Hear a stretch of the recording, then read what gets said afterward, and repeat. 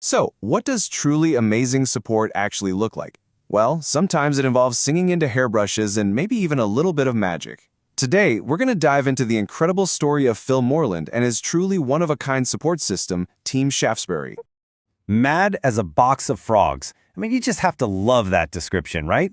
That's how this team was known. And honestly, it's the perfect place for us to start. It just perfectly captures the wonderfully unconventional, creative, and as you'll see, the incredibly effective spirit of how they did things.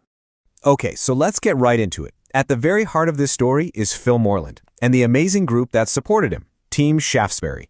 And listen, this was no ordinary team.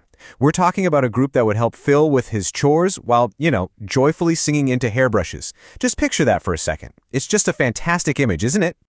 Now, every great team has some memorable characters, and this one is definitely no exception. So first up, let's meet Chris. He earned the absolutely brilliant nickname Captain Smiley. So why Captain Smiley? Well, it was as simple and as powerful as this. He was known for his huge smile and a genuinely kind heart. And those are two qualities that can completely change the entire feeling of a room.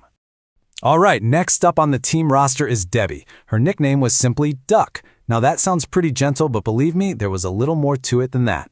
See, Debbie had this amazing dual personality. On one hand, she was known for being firm but fair, the reliable, grounded professional. But on the other hand, she was wonderfully quackers, and she fully embraced the team's fun-loving and eccentric side. It's the perfect combination, really. And rounding out our core team, we have Haley B., who had the very intriguing title of the Friendly Dragon. It sounds like a total contradiction, right? But it actually makes perfect sense when you find out what her role was. Haley B was basically the team's operational backbone. She was the Erota lady, so she managed all the schedules. But more importantly, she was the dragon, who made sure the staff was always highly trained and that professional boundaries were kept, no matter what. She was that friendly but organized force, making sure that behind all the fun and games, the team was also incredibly effective. So, you have this incredible, quirky, but also very professional team. But their unique skills were about to be put to the ultimate test when just a normal, routine day took a very sudden and unexpected turn. So here's what happened. It all started during a pretty standard team meeting with Phil. But partway through, he began to experience some pretty significant anxiety. And the team, they just knew. They had to drop the meeting agenda and shift right into support mode immediately. And this is where the story goes from being a bit unusual to just truly unforgettable. The team's response was not something you'd find in any textbook, I can tell you that. It was more like a symphony of magic, music, and just a little bit of glorious mayhem. I mean, their intervention was something else entirely. It started simply enough. Chris and Debbie were working to calm Phil down by singing and making him laugh. But the way they created this supportive distraction was so over the top, it was like a whole celebrity party suddenly walked in. Like Joanna Lumley, the Spice Girls, and Sophie Ellis-Bextor were all there. It was as if their magic hairbrushes just came to life and started cleaning the room all by themselves. It was just creative chaos at its absolute best. Now, you might think this level of magical chaos would be overwhelming, but for Team Shaftesbury, it's pretty much just another Tuesday. When this imaginary, tipsy Joanna Lumley started talking nonsense, Chris and Debbie's reaction wasn't panic. No, it was a calm, knowing, here we go again. See, this level of creative improvisation, that was their normal. That was their superpower. And here is the absolute best part, the crucial point of the whole story.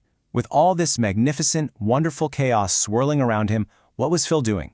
He was calmly washing his pots. The team had created such a perfect, distracting, and supportive bubble for him that he was able to self-regulate and just get back to his routine. It is absolutely brilliant. So, after that magical whirlwind died down and all the celebrities went home, a real sense of calm returned. The intervention had worked perfectly, and the day ended on a really peaceful and positive note. And this moment right here, it just perfectly captures that return to normalcy. After the team left for their other shifts, Phil's next task was simple. He fed his cat Haley Goggins, who was apparently meowing for her dinner. The crisis was over, and life was back to its gentle, everyday rhythm. And it's also really important to see that Phil is an active participant in his own well-being. I mean, the team is incredible, of course, but Phil also works hard to stay positive. He keeps himself happy by connecting with friends on Zoom, he uses apps like Insight, and he engages with community groups. It's a true partnership. And so, This incredible story of Team Shaftesbury leaves us with a really powerful question to think about. In a world that so often prioritizes by-the-book procedures, what if the best, most effective support looks less like a textbook and a lot more like magic hairbrushes, spontaneous sing-alongs, and a team that's as wonderfully and beautifully mad as a box of frogs?